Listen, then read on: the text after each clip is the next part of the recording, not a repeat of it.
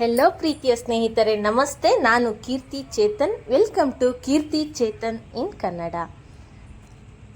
ಸುಮಾರು ದಿನದಿಂದ ವಿಡಿಯೋಗಳು ಅಪ್ಲೋಡ್ ಮಾಡೋದು ಸ್ವಲ್ಪ ಡಿಲೇ ಆಗಿದೆ. ಸಾರಿ, ಮಕ್ಕಳಿಗೆ ಎಕ್ಸಾಮ್ಸ್ ನಡೀತಾ ಇದೆ ಅಲ್ಲ, ಹಾಗಾಗಿ ಸ್ವಲ್ಪ ಡಿಲೇ ಆಗ್ತಾ ಇದೆ. ಎಲ್ಲರೂ ಕೇಳ್ತಾ ಇದ್ರೆ ಯಾಕೆ ವಿಡಿಯೋ ಅಪ್ಲೋಡ್ ಮಾಡ್ತಾ ಇಲ್ಲ ಅಂತ. ಸ್ವಲ್ಪ ಟೈಮ್ ಮಾಡ್ಕೊಂಡು ಇವತ್ತೊಂದು ಒಳ್ಳೆ ವಿಡಿಯೋನ ಅಪ್ಲೋಡ್ ಮಾಡ್ತಾ ಇದ್ದೀನಿ. ವಿಡಿಯೋನ ಕೊನೆ ತನಕ ನೋಡಿ. ಹಾಗೆ ಗಾರ್ಡನ್ಗೆ ಸಂಬಂಧಪಟ್ಟ ಹಾಗೆ ತಾರಸಿಯಲ್ಲಿ ನಾವು ಯಾವ ರೀತಿಯಾಗಿ ಗಿಡಗಳನ್ನು ಬೆಳೆಸಬಹುದು ಅನ್ನೋದನ್ನು ನಾನು ತಿಳಿಸ್ಕೊಡ್ತಾ ಬಂದಿದ್ದೀನಿ. ಯಾವುದೇ ರೀತಿಯ ಟೆರೆಸ್ ಗಾರ್ಡನ್ ರಿಲೇಟೆಡ್ ವಿಷಯಗಳಿಗಾಗಿ ಚಾನೆಲ್ನ ವಿಸಿಟ್ ಮಾಡಿ. ಹಾಗೆ ಯಾವುದೇ ಡೌಟ್ ಇದ್ರೂ ಕಾಮೆಂಟ್ ಮಾಡಿ, ನಾನು ಖಂಡಿತವಾಗ್ಲೂ ರಿಪ್ಲೈ ಮಾಡ್ತೀನಿ ಅಂತ ಹೇಳ್ತಾ ಇವತ್ತಿನ ವಿಡಿಯೋನ ಸ್ಟಾರ್ಟ್ ಮಾಡೋಣ. ಇವತ್ತಿನ ವಿಡಿಯೋ ಗೋಮೂತ್ರವನ್ನು ಯಾವ ರೀತಿಯಾಗಿ ನಮ್ಮ ಗಿಡಗಳಿಗೆ ಬಳಸಬೇಕು ಅನ್ನೋದರ ಬಗ್ಗೆ ಸಂಪೂರ್ಣವಾಗಿರೋ ಮಾಹಿತಿಯನ್ನು ನಾನು ಕೊಡ್ತೀನಿ. ಯಾವ ಗಿಡಗಳಿಗೆ ಬಳಸಬಹುದು, ಹೇಗೆ ಬಳಸಬೇಕು, ಏನು ರೇಷಿಯೋ, ಯಾವ ಗೋಮೂತ್ರವನ್ನು ಬಳಸಬಹುದು, ಯಾವ ಹಸುಗಳ ಗೋಮೂತ್ರವನ್ನು ಬಳಸಬಹುದು, ಹಾಗೆ ಎಷ್ಟು ಪ್ರಮಾಣದಲ್ಲಿ ಕೊಡಬೇಕು, ಯಾವಾಗ ಕೊಡಬೇಕು ಅನ್ನುವ ಸಂಪೂರ್ಣ ಮಾಹಿತಿಯನ್ನು ಕೊಡ್ತೀನಿ. ಹೆಚ್ಚು ಹೂಗಳನ್ನು ಪಡಿಬೇಕು ಅಂತ ಅಂದರೆ, ಹಾಗೆ ಗಿಡಗಳಿಗೆ ಬರುವಂತಹ ಎಲ್ಲ ರೀತಿಯ ಆಫಿಡ್ಸ್, ಮಿಲಿಬಗ್ಸ್ಗಳಿಗೆ ಯಾವ ರೀತಿಯಾಗಿ ಕೀಟನಾಶಕವಾಗಿ ಇವುಗಳನ್ನು ಬಳಸಬೇಕು ಅನ್ನುವ ಸಂಪೂರ್ಣ ಮಾಹಿತಿಯನ್ನು ಈ ವಿಡಿಯೋದಲ್ಲಿ ತಿಳ್ಕೊಳ್ಳೋಣ. ವಿಡಿಯೋನ ಎಲ್ಲೂ ಸ್ಕಿಪ್ ಮಾಡೋದಕ್ಕೆ ಹೋಗಬೇಡಿ, ಇನ್ಫಾರ್ಮೇಷನ್ನ ಮಿಸ್ ಮಾಡ್ಕೋಬೇಡಿ. ಕೊನೆ ತನಕ ವಿಡಿಯೋ ನೋಡಿ. ಇಷ್ಟ ಆದರೆ ಲೈಕ್ ಮಾಡಿ, ಜೊತೆಗೊಂದು ಸಬ್ಸ್ಕ್ರೈಬ್ ಮಾಡ್ಕೊಳ್ಳಿ. ಈ ವಿಡಿಯೋಗೆ ಕನಿಷ್ಠ ಒಂದು 500 ಲೈಕ್ ಆದರೂ ಎಕ್ಸ್ಪೆಕ್ಟ್ ಮಾಡ್ತೀನಪ್ಪ. ಆಯಿತಾ ಲೈಕು? Thank you.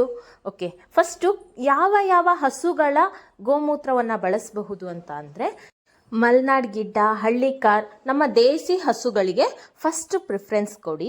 ಅದು ಸಿಕ್ಕಿಲ್ಲ ಅಂತ ಅಂದರೆ ನಿಮ್ಮ ಲೋಕಲಲ್ಲಿ ಯಾವ ಹಸುಗಳು ಸಾಕ್ತಾ ಇದ್ದಾರೆ ಅವ್ರ ಹತ್ರ ಕೇಳಿ ಅದನ್ನು ತಗೊಳ್ಳಿ. ನಿಮಗೆ ಅಲ್ಲೂ ಕೂಡ ಸಿಗ್ತಾ ಇಲ್ಲ, ನಿಮ್ಮಲ್ಲೆಲ್ಲೂ ಹತ್ತಿರದಲ್ಲಿ ಗೋಗಳನ್ನು ಸಾಕ್ತಾ ಇಲ್ಲ ಅಂತ ಅಂದರೆ ಆನ್ಲೈನಲ್ಲಿ ಗೋಮೂತ್ರ ಸಿಗತ್ತೆ, ಅವುಗಳನ್ನಾದರೂ ತರಿಸ್ಕೊಳ್ಬಹುದು. ಅಥವಾ ಗ್ರಂಥಿಗೆ ಅಂಗಡಿಯಲ್ಲಿ ಸಿಗುತ್ತಲ್ಲ, ಆ ಗೋಮೂತ್ರವನ್ನು ಸಹ ಬಳಸಬಹುದು. ಇದು ನಮ್ಮ ಮಲೆನಾಡ್ ಗಿಡ್ಡ ಹಸುದು. ನಾನು ಊರಿಗೆ ಹೋದಾಗ ಈ ರೀತಿ ಬಾಟಲ್ಗಳಲ್ಲಿ ತುಂಬಿಸ್ಕೊಂಡು ತೊಗೊಂಬರ್ತೀನಿ.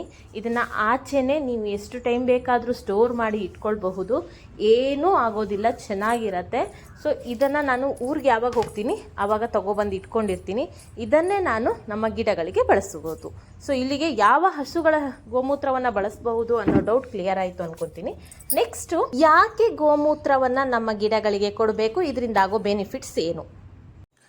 ಗಿಡಗಳ ಬೆಳವಣಿಗೆಗೆ ಮತ್ತು ಒಳ್ಳೆ ರೀತಿಯ ಇಳುವರಿಯನ್ನು ಕೊಡಲು ಬೇಕಾಗಿರುವಂತಹ ಎಲ್ಲ ನ್ಯೂಟ್ರಿಷನ್ಗಳು ಹಸುವಿನ ಗೋಮೂತ್ರದಲ್ಲಿ ಇರುವುದರಿಂದ ಬರೀ ಗೋಮೂತ್ರ ಒಂದನ್ನು ಮಾತ್ರ ಬಳಸಿ ನಾವು ಕೃಷಿಯನ್ನು ಕೂಡ ಮಾಡಬಹುದು ಅಂತ ಹೇಳಿ ಪ್ರೂವ್ ಆಗಿದೆ. ಸೊ ಗೋಮೂತ್ರ ಒಂದರಿಂದನೇ ಕೃಷಿಯನ್ನು ಮಾಡಬಹುದು. ಅದನ್ನೇ ಕೀಟನಾಶಕವಾಗಿ ಸಹ ಬಳಸ್ಕೊಂಡು ನಾವು ಬೇರೆ ಕೀಟನಾಶಕದ ಇನ್ವೆಸ್ಟ್ಮೆಂಟನ್ನು ಕೂಡ ಕಡಿಮೆ ಮಾಡ್ಕೊಳ್ಬಹುದು. ಜೊತೆಗೆ ಗೋಮೂತ್ರವನ್ನು ಒಂದು ಆರ್ಗ್ಯಾನಿಕ್ ಆಗಿರೋದ್ರಿಂದ ನಾವು ಆರ್ಗ್ಯಾನಿಕ್ ಆಗಿ ಸಸ್ಟೈನಬಲ್ ಗಾರ್ಡನಿಂಗ್ ಮಾಡೋದಕ್ಕೆ ಇದು ಹೆಲ್ಪ್ ಆಗುತ್ತೆ. ಓಕೆ, ನೆಕ್ಸ್ಟು ರೇಷೋ ಯಾವ ರೀತಿ ಅಂತ ಹೇಳಿ ತಿಳ್ಕೊಳ್ಳೋಣ. 1 ಲೀಟರ್ಗೆ 100 ml ಗೋಮೂತ್ರವನ್ನು ಬಳಸಬೇಕು. ನೀವು ನಾರ್ಮಲಾಗಿ ಸಿಗುವಂತಹ ಗೋಮೂತ್ರವನ್ನು ಬಳಸಿದರೆ, ಆದರೆ ಅಂಗಡಿಯಿಂದ ತಂದಿರುವಂತಹ ಗೋಮೂತ್ರ ಆದರೆ ಒಂದು 10 ml ಸ್ವಲ್ಪ ಕಡಿಮೆ ಬಳಸಿ. ಇದು ಗೊಬ್ಬರವಾಗಿ ಬಳಸೋದಾದರೆ ಈ ಪ್ರಮಾಣ. ಅದು ನೆಕ್ಸ್ಟ್ ಪೆಸ್ಟಿಸೈಡ್ ಆಗಿ ನೀವು ಕೀಟನಾಶಕವಾಗಿ ಬಳಸಬೇಕು ಅಂದರೆ ಯಾವ ರೀತಿ ರೇಷಿಯೋ ಅಂತ ನಾನು ಮುಂದೆ ಹೇಳ್ತೀನಿ.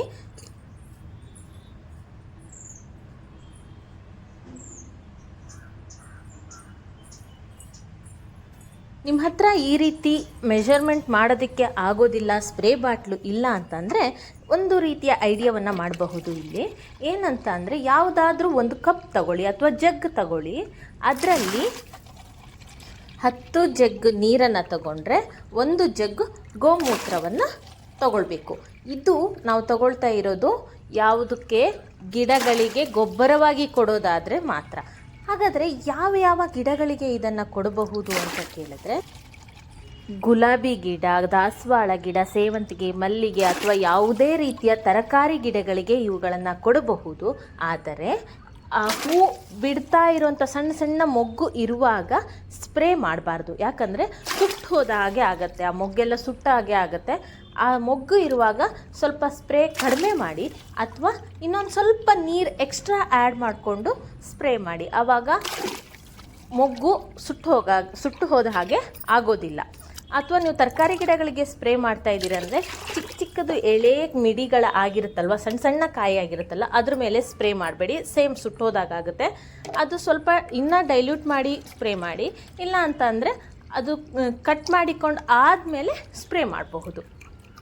ಓಕೆ, ಇಷ್ಟರಲ್ಲಿ ನಾನೀಗ 10 ಲೀಟರ್ ನೀರು ತೊಗೊಂಡಿದ್ದೀನಿ. ಇದಕ್ಕೆ ಇವಾಗ 1 ಲೀಟರ್ ಗೋಮೂತ್ರವನ್ನು ಆ್ಯಡ್ ಮಾಡ್ತಾ ಇದ್ದೀನಿ. ಅಂದರೆ 10 ಕಪ್ ನಾನು ನೀರು ತೊಗೊಂಡಿದ್ದೀನಿ, ಅದಕ್ಕೆ 1 ಕಪ್ ಗೋಮೂತ್ರವನ್ನು ಆ್ಯಡ್ ಮಾಡ್ತಾ ಇದ್ದೀನಿ. ಇದನ್ನು ಹಾಕ್ಕೊಂಡು ಚೆನ್ನಾಗಿ ಒಂದು ಸರ್ತಿ ಮಿಕ್ಸ್ ಮಾಡ್ಕೊಳ್ಳಿ. ಆ್ಯಂಡ್ ಇದನ್ನು ಯಾವ ರೀತಿ ಕೊಡಬೇಕು ಅಂತ ಅಂದರೆ, ನೀವೇನು ಇದನ್ನು ನೆನೆಸಿಡಬೇಕು ಆ ರೀತಿ ಏನೂ ಇಲ್ಲ. ಇದು ರೆಡಿ ಟು ಗೋ. ನೀವು ತಕ್ಷಣ ಪ್ರಿಪೇರ್ ಮಾಡ್ಬೋದು, ತಕ್ಷಣ ಕೊಡಬಹುದು. ಅದರಿಂದ ಇದು ತುಂಬ ಕನ್ವೀನಿಯೆಂಟ್ ಆಗುತ್ತೆ ನಮಗೆ ಬಳಸೋದಕ್ಕೆ ಕೂಡ. ನೆನೆಸಿಡಬೇಕು, ಅದನ್ನೇನೋ ತಿರ್ಸ್ಬೇಕು, ಸೋಸಬೇಕು, ಆ ರೀತಿ ಯಾವ ಸಮಸ್ಯೆಯೂ ಇಲ್ಲ. ಸೊ ನಾನಿದನ್ನು ಎಲ್ಲ ನನ್ನ ತರಕಾರಿ ಗಿಡಗಳಿಗೆ ಕೊಡ್ತೀನಿ. ಇಲ್ಲಿ ಪಡೋಲ್ಕಾಯಿ ಸಣ್ಣ ಸಣ್ಣ ಮಿಡಿ ಇರೋದ್ರಿಂದ ನಾನು ಅದಕ್ಕೆ ಸ್ಪ್ರೇ ಮಾಡ್ತಾ ಇಲ್ಲ. ಹಾಗೆಯೇ ನಾವು ಗೋಮೂತ್ರ ಬಳಸೋದ್ರಿಂದ ಪೆಸ್ಟ್ ಅಟ್ಯಾಕ್ ಕೂಡ ಕಡಿಮೆ ಆಗುತ್ತೆ. ಯಾಕಂದರೆ ಗಿಡಗಳು ಸ್ಟ್ರಾಂಗ್ ಆಗುತ್ತೆ, ಅದರಿಂದ ಪೆಸ್ಟ್ ಅಟ್ಯಾಕ್ ಕಮ್ಮಿ ಆಗುತ್ತೆ. ದಾಸವಾಳ ಗಿಡಗಳಿಗೆ ಕೂಡ ಹಾಕ್ತೀನಿ. ಗುಲಾಬಿ ಗಿಡಗಳು ದೊಡ್ಡ ದೊಡ್ಡ ಹೂವಾಗಬೇಕು, ಚೆನ್ನಾಗಿ ಚಿಗುರು ಬರಬೇಕು ಅಂತ ಅಂದರೆ ಇದನ್ನು ಕೊಡಬಹುದು. ಇದರಲ್ಲಿ ನೈಟ್ರೋಜನ್ಸ್ ಎಲ್ಲ ಚೆನ್ನಾಗಿರುತ್ತೆ. ಹಾಗೆಯೇ ಬೀಜ ಹಾಕಿದ್ದು ನೋಡಿದ್ರಲ್ವ, ಮೂಲಂಗಿ ಈ ಟೈಮಲ್ಲಿ ಬರುತ್ತಾ ಅಂತ ಎಲ್ಲ ಕೇಳ್ತಾ ಇದ್ರಿ. ನೋಡಿ, ಇವಾಗ ಮೂಲಂಗಿ ರೆಡಿ ಆಗ್ತಾ ಇದೆ. ಇನ್ನೊಂದು 10-15 ಡೇಸಲ್ಲೆಲ್ಲ ನಾನು ಹಾರ್ವೆಸ್ಟ್ ಮಾಡಬಹುದು. 10 ಡೇಸಲ್ಲೇ ಹಾರ್ವೆಸ್ಟ್ ಮಾಡ್ಬೋದು ಅನ್ಸುತ್ತೆ. ನೋಡಿ, ಗ್ರೋ ಆಗ್ತಾ ಇದೆ. ಅದಕ್ಕೆ ಕೂಡ ನಾನು ಗೋಮೂತ್ರವನ್ನು ಹಾಕ್ತಾ ಇದ್ದೀನಿ. ಓವರಾಲ್ ಗ್ರೋತ್ಗೆ, ಗಿಡಗಳ ಓವರಾಲ್ ಗ್ರೋತ್ಗೆ ಇದು ಒಂದು ಒಳ್ಳೆ ಮೆಡಿಸಿನ್ ಆಗಿ ವರ್ಕ್ ಆಗುತ್ತೆ. ನೀವು ಕೂಡ ಟ್ರೈ ಮಾಡಿ ನೋಡಿ, ನಿಮಗೆ ಆವಾಗ ಬೆನಿಫಿಟ್ಸ್ ಏನು ಅನ್ನೋದು ಗೊತ್ತಾಗುತ್ತೆ. ಈಗ ನೆಕ್ಸ್ಟು, ತುಂಬ ಪೆಸ್ಟ್ ಇದೆ, ಅಫಿಡ್ಸ್ಗಳಿದೆ, ಮಿಲಿಬಗ್ಸ್ ಇದೆ ಅಂದರೆ ಯಾವ ರೀತಿ ಮಾಡಬೇಕು ಅಂದರೆ, ಈ ಸ್ಪ್ರೇ ಬಾಟಲ್ ತೊಗೊಳ್ಳಿ. ಸ್ಪ್ರೇ ಬಾಟಲ್ ಇಲ್ಲ ಅಂತ ಅಂದರೆ 1 ಲೀಟರ್ದು ನೀರಿಂದು ಬಾಟ್ಲು ಆ ಥರದ್ದು ಏನಾದ್ರು ಇತ್ತು ಅಂದರೆ ಅದು ಕ್ಯಾಪ್ಗೆ ಒಂದು ಸೂಜಿ ಅಥವಾ ಪಿನ್ ಯಾವುದನ್ನಾದರೂ ಬಿಸಿ ಮಾಡಿಕೊಂಡು ಆ ಬಿಸಿನಲ್ಲಿ ಕ್ಯಾಪಲ್ಲಿ ಹೋಲ್ ಮಾಡ್ಕೊಳ್ಳಿ. ಅದಕ್ಕೆ ಗೋಮೂತ್ರವನ್ನು ಫಿಲ್ ಮಾಡಿಕೊಂಡು ಗಿಡಗಳಿಗೆ ಸ್ಪ್ರೇ ಮಾಡಬಹುದು. ಸ್ಪ್ರೇ ಬಾಟಲ್ ಇದ್ದರೆ ಈಸಿ. ಯಾವ ರೀತಿ ನೀವೀಗ ರೆಡಿ ಮಾಡ್ಕೊಂಡಿದ್ದೀರಲ್ಲ ಅದನ್ನು ಸೇಮ್ ಹಾಗೇ ಹಾಕ್ಕೊಂಡು ಸ್ಪ್ರೇ ಮಾಡಿ. ತುಂಬ ಜಾಸ್ತಿ ಮಿಲಿಬಗ್ಸ್ ಇತ್ತು ಅಂತ ಅಂದರೆ ಒಂದು ಸ್ವಲ್ಪ ಕ್ವಾಂಟಿಟಿಯನ್ನು, ಅಂದರೆ ಇನ್ನೂ ಒಂದು 5 ml ಎಕ್ಸ್ಟ್ರಾ ಹಾಕ್ಕೊಳ್ಬಹುದು. ಅಂದರೆ ಒಂದು ಲೀಟ್ರದ್ದು ನೀವು 2 ಲೀಟ್ರದ್ದು ಬಾಟ್ಲು ತೊಗೊಂಡಿದ್ದೀರಾ ಅಂತ ಅಂದರೆ ಅದಕ್ಕೊಂದು 5 ml ಎಕ್ಸ್ಟ್ರಾ ಹಾಕ್ಕೊಂಡು ಸ್ಪ್ರೇ ಮಾಡ್ಬೋದು, ತುಂಬ ಜಾಸ್ತಿ ಇದ್ದರೆ. ಇಲ್ಲ ಅಂತಂದರೆ ಈಗ ಏನು ನಾವು ರೇಷಿಯೋ ಹಾಕ್ಕೊಂಡಿದ್ದೀವಲ್ಲ ಅದೇ ಸಾಕಾಗತ್ತೆ. ಅದನ್ನು 1-2 ಡೇಸ್ ಬಿಟ್ಟು ಮತ್ತೆ ಸ್ಪ್ರೇ ಮಾಡಬೇಕು. ನೋಡಿ, ಇದು ನಂದು ಅವರೆಕಾಯಿದು ಬಳ್ಳಿ, ಎಷ್ಟೊಂದು ಅಫಿಡ್ಸ್ಗಳಾಗಿದೆ. ಸೊ ಇದನ್ನು ಕಂಟ್ರೋಲ್ ಮಾಡಿದ್ದು ಕೂಡ ನಾನು ಲಾಸ್ಟ್ ಟೈಮ್ ಕೂಡ ಅಷ್ಟೇ ಗೋಮೂತ್ರದಿಂದನೇ ಕಂಟ್ರೋಲ್ ಮಾಡಿದ್ದೆ, ಜೊತೆಗೆ ನೀಮ್ ಆಯಿಲ್ನ ಸ್ಪ್ರೇ ಮಾಡಿದ್ದೆ. ಎಲ್ಲರೂ ಹೇಳ್ತಾರೆ ನೀಮ್ ಆಯಿಲ್ ಹಾಕಿದರೆ ಹೋಗುತ್ತೆ, ಅಫಿಡ್ಸ್ಗಳು ಹೋಗುತ್ತೆ. ಎಷ್ಟು ಪ್ರಮಾಣದಲ್ಲಿ ಹಾಕಬೇಕು, ಹೇಗೆ ಹಾಕಬೇಕು ನೀಮ್ ಆಯಿಲನ್ನು ಅನ್ನೋದನ್ನು ಕೂಡ ಮುಂದಿನ ವೀಡಿಯೋಗಳಲ್ಲಿ ನಿಮ್ಮ ಜೊತೆ ಶೇರ್ ಮಾಡ್ಕೊಳ್ತೀನಿ. ಅದಕ್ಕೋಸ್ಕರ ಚಾನೆಲನ್ನು ಸಬ್ಸ್ಕ್ರೈಬ್ ಮಾಡ್ಕೊಳ್ಳೋದನ್ನು ಮರಿಬೇಡಿ.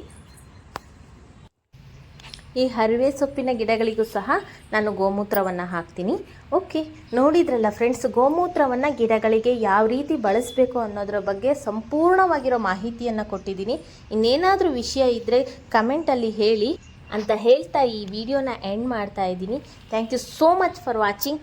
Take care. Bye. Happy gardening.